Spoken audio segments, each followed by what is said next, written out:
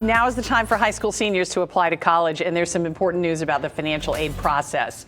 The Department of Education is revamping the FAFSA website again. It already delayed the opening date by 2 months.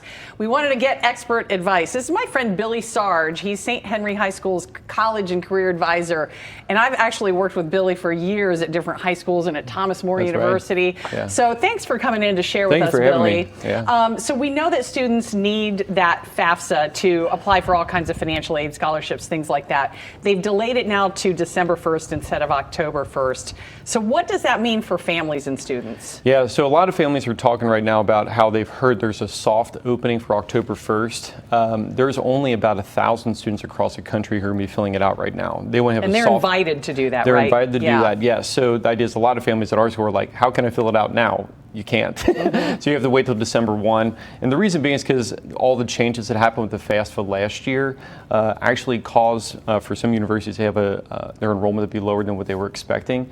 So we're hoping there's going to be an uptick this year. So they want to do a soft opening with all the changes last year, make sure everything is ready for December 1 for everyone to be able to fill it out. Okay, so can you just give us a brief overview on what you need to fill it out, what, you know, the paperwork you should have in order, things like that? Yeah, sure. So this is the students' FAFSA, even though the parents are probably going to help them fill it out. Right. So the idea is that they're going to need social security numbers. They're going to need some of their bank statements. If for some reason there's any kind of child support, then they have some documentation of that. There's a lot of people that now have like their side hustles. So they have like a business of some sorts, a farm, any kind of investments that they want to have that kind of documentation as well.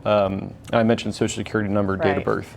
What are some of the top questions you as a high school counselor and college counselors get about making college affordable? Yeah, so a lot of families that I've been talking to, they've already visited college campuses, right? So as a sophomore, as a junior, and now they're in their senior year, and they're finding that college tuition's gone up. They're finding that some of the scholarships they were applying for are not what they were when they were visiting as a sophomore, as a junior. So it's important to make sure that you visit early at college campus. My number one thing I tell high school families is that your scholarship starts the first day of high school, your grade point average.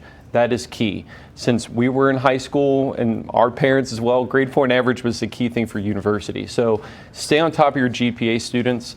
But the idea is universities, they do have scholarships to offer. The FAFSA is key to be able to help you out with kind of grant money or loan money as well. Sometimes your major you're going to get into offers scholarships as well.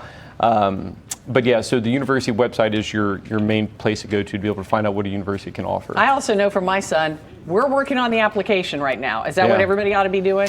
Yeah, so the admissions application for seniors, they should have already started that. You know, for the families, they're wondering how do they get scholarships. By filling out the admissions application, a lot of families go to a platform called Common App where they can apply to multiple schools at once. When you fill out the admissions application, in a lot of cases, you're already considered for scholarships already, which is really cool.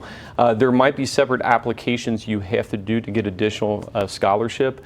Sometimes you'll need a letter recommendation from a teacher, a college essay, your resume. The one thing I will also tell families as well that's really important, Sheila, right now, majority of the schools in our country are either test-free or test optional for the ACT. Test-free meaning that if you send it, they're not going to look at it. Right. Over 2,000 schools are still part of that, but I will say there has been an uptick to where more and more schools are requiring they're starting to roll it back in. That is correct. Real quick, because we're almost out of time. Yeah. If people don't have a strong guidance counselor system in their school, a college counselor, where can they go for help? Yeah, so the financial aid offices of the universities, they are a great resource. When you go to the FAFSA website, it lines out for you step by step on how to fill out the FAFSA. I think a lot of families are overwhelmed with the process, but it's very clearly stated on the website. And also the financial aid pages on the university websites, they have resources you can look at as well. All right, very good. So it's FAFSA.gov. Billy Sarge, thank you so much. That was great. I appreciate it. We'll be right back. Hey there. Yeah, you could stop watching right now, but let's be honest, you don't want to do that. Hit the links or click subscribe to see more amazing content from all of us here at Local 12.